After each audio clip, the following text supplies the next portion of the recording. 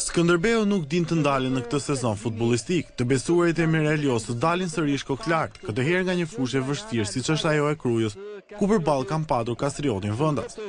Duket se korçarët nuk kanë rival në këtë kampionat, pasi askush nuk ka arritur t'i mund në 11 javë, duke bërë që kampionët në fuqi të renditen të parët me 24 pikë dhe një ndeshje më pak. Takimi nis mirë për miq, që e shohin veten në avantazh në minutën e 7. Një gabim i kroatanëve rezulton fatal për ta, pasi është kroati Tomić që përfiton nga kjo pakujdesi, hyn në zonë dhe me një goditje diagonal dërgon topin në rrjetën e Moçës. 1-0 dhe miqtë ndihen më të çliruar. Reagimi i kroatanëve nuk duket gjikundi, ndërkohë që Pejic është ai që kërkon të dyfishojë shifrat por pa rezultat.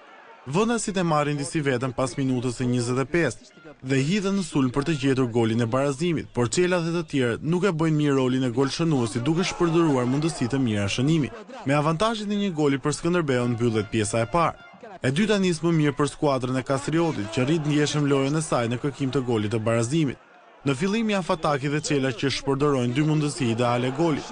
Të dy sulmuesit të ndodhur fare pranë portës së shenjtë nuk arrin të gjejnë rrugën e rrjetës, duke humbur kështu mundësinë e barazimit të rezultatit.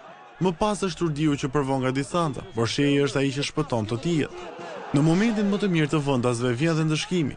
Plaku i ndodhur disi në pozicion të dyshim, merr një top nga mesfusha dhe futet në zonë, pasi triblon dhe një mbrojtës godet saktë me të majtën, aty ku portieri Moçka nuk mund të mbrijë. Është minuta 73 e takimit dhe shifrat fiksohen në 2-0 për korçarët. Kroatanët nuk demoralizohen, por gjejnë forcë për të shënuar. Në minutën e 80 është Shkodrani Stykaj, që pas një topi të arkuar në zonë, godet bukur me kokë duke mposhtur portierin Shehi dhe rihapur takimin. Por minutat e mbetura nuk sjellin ndonjë rast për të shënuar. Skënderbeu merr 3 pikë në Krujë dhe tashmë nis të mendojë për ndeshjen e prapambetur, të cilën do të luajë të mërkurën në Korçë përballë Flamurtarit.